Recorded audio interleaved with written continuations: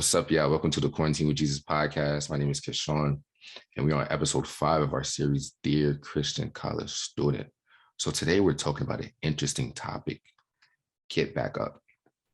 Have you ever felt like you were on top of the world? You know, you was doing everything right. You were so locked in, getting your goals right, on the right track. You wasn't getting distracted. Then you made this one simple mistake, this one little mistake. Maybe it was porn. Maybe you started smoking again, started partying again. Maybe you went back to that relationship or went deeper into a different relationship that you knew wasn't for you. And now you fell and you're at a place where you feel like you can't get back up. You're wondering, how did I get here? Is it even possible for me to get back up? Is it worth it to get back up? Maybe you feel like you crossed the line. There's no way I could get back up from where I just went. There's no way I went that far and God would still allow me to be here.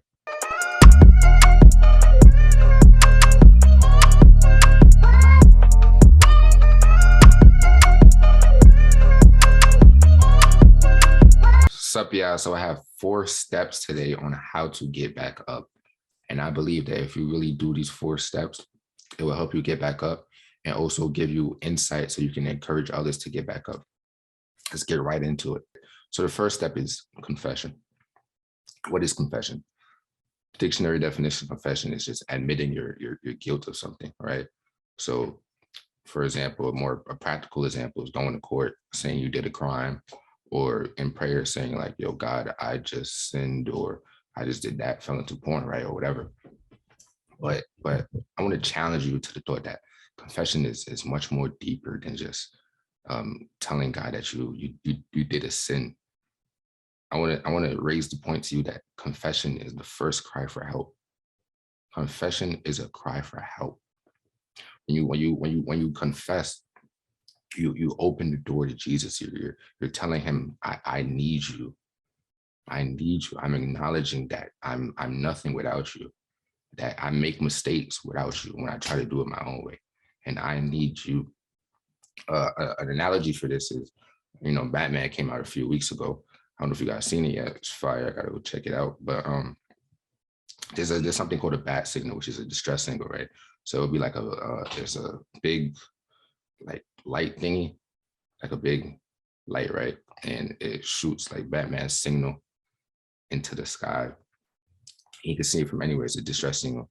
So when he sees that, it shows him that somebody needs help, and he has to go running. He has to go running towards the bat signal. So it's the same thing with confession. Confession is the bat signal for Jesus, right? But sometimes we can find ourselves in a place like questioning God or not even wanting to confess or even speak to him about our situation, because it's like, why do I have to confess or talk to a God that claims to be all knowing, right? He's all knowing, but why do I have to go and tell him what I'm dealing with for him to help me? Why can't he just swoop in and save the day? He's all knowing. He knows my thoughts. He knows my heart. He knows what's going on right now. So why can't he just come and save me? Well, the thing we have to understand is that Jesus is a gentleman.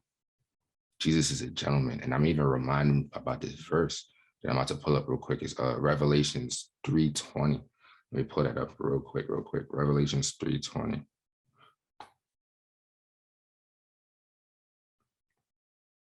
This is Jesus talking. He says, "Here I am. I stand at the door and knock.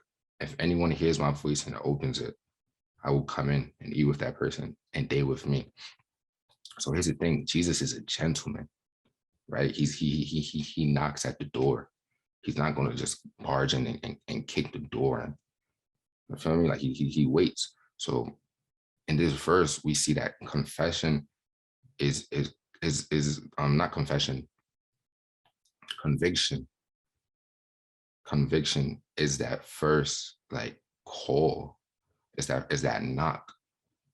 It's that knock. Like when we're watching porn and we get that guilty feeling, or we smoke weed, we get that guilty feeling, or we're around people that God told us to stay away from and stuff like that. We get that guilty feeling.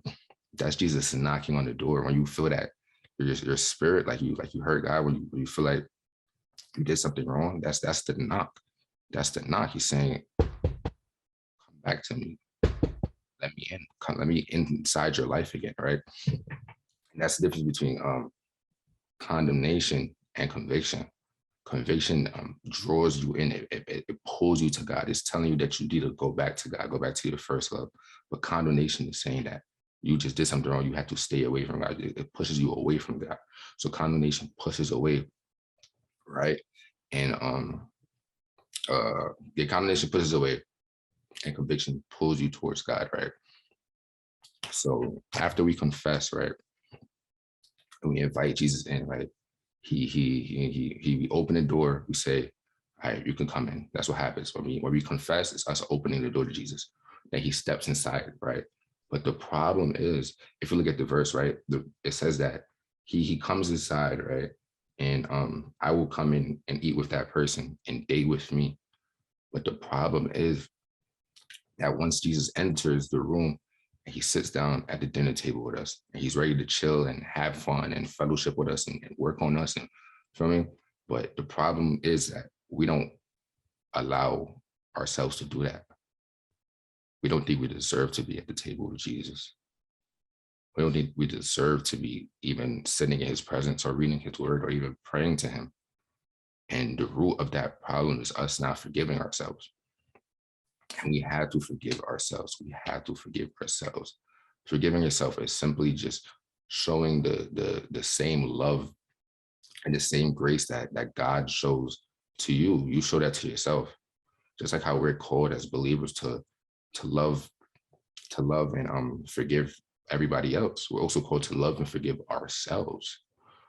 Also to forgive ourselves. And it may be hard to do that because sometimes, like, it's harder to forgive ourselves because we are more conscious of what we've done. We are more conscious of what we've done. Feel me? Like, there's nobody, like, sometimes there's nobody around us, and it was just us in alone, in secret, or even just in our thoughts. And then we sinned, and then we're just like beating ourselves up, beating ourselves up, beating ourselves up. But why don't you do that to other people? Why is it okay for you to forgive other people like they slide, but when it comes to you, you don't let yourself slide? You have to show yourself that same grace, because when you're not doing that, you're holding yourself back from everything that God has for you. Because he's there. He's not even worried about the problem anymore. He's not even worried about what you did. He already forgave you. The word says that once you confess your sins, you're already forgiven. He forgave you already. And God is ready to move on. He's ready to have you walking in your purpose, have you on top of the world, killing everything, doing what you're supposed to do, and what you were called to do, and what you were put on this earth to do. But you have to forgive yourself. You have to forgive yourself. Don't be the reason for missing your purpose. Don't be the reason for missing purpose because you haven't forgiven yourself. Like, come on. And us judging ourselves, it's us acting like we're God, for example. Like, it's us acting like we're God. We're not God. If God already forgave us, then it's over. It's over. Are we saying that our judgment system or measure of righteousness is larger than God's? That's kind of what we're implying, where we're telling God, like, no, like, you can't forgive me, or like, you don't understand, like I need to punish myself. Like, no. And yes, it is that simple. It is that simple. You confess, and then you're forgiven. Sometimes we tell ourselves it's not that simple. It's not this. There's no way it could be that simple. After what I just did, there's no way I could be that simple. There's no way I could just get back to doing that. Yes, you can. That's what grace is. That's what grace is. That's not permission to just go and live a lifestyle full of sin and intentionally, going against God because, oh, he's going to forgive me anyway. No, but it's showing that, like, yo, we're humans. We're going to make mistakes. Those mistakes have already been calculated, and God knew what he signed up for. God did not make a mistake when he chose you. He knew what he signed up for. So forgive yourself. Let it go. You are not God. Let it go, so that you can move on. There's greater for you, but you can't stay in this place of, I just did this, I just did that. You can't stay in this place. That's a trap of the enemy. He wants to discourage you and make you feel like you're not worthy of enough. You're not worthy, but God told you you're worthy. And that's the only opinion that should matter. God told you you're worthy. So we confess our sins, right? And then we forgive ourselves, right? After we forgive ourselves, it's time for us to reflect.